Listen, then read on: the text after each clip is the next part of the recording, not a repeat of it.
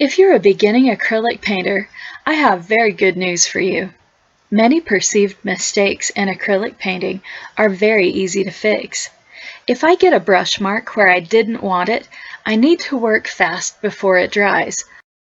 Also, to fix it the way I'm about to show you, the underneath layer needs to be fairly dry. Take a nice soft brush and wet it down. Get a soft paper towel.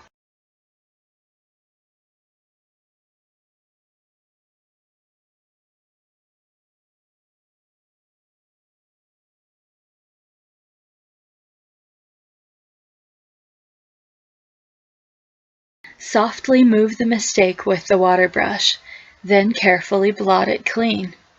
It should be okay. If I scrubbed too much, or if the underneath layer was not completely dry, I might accidentally expose some white canvas. So then I let it dry and come back with a little paint. It probably won't be a big deal.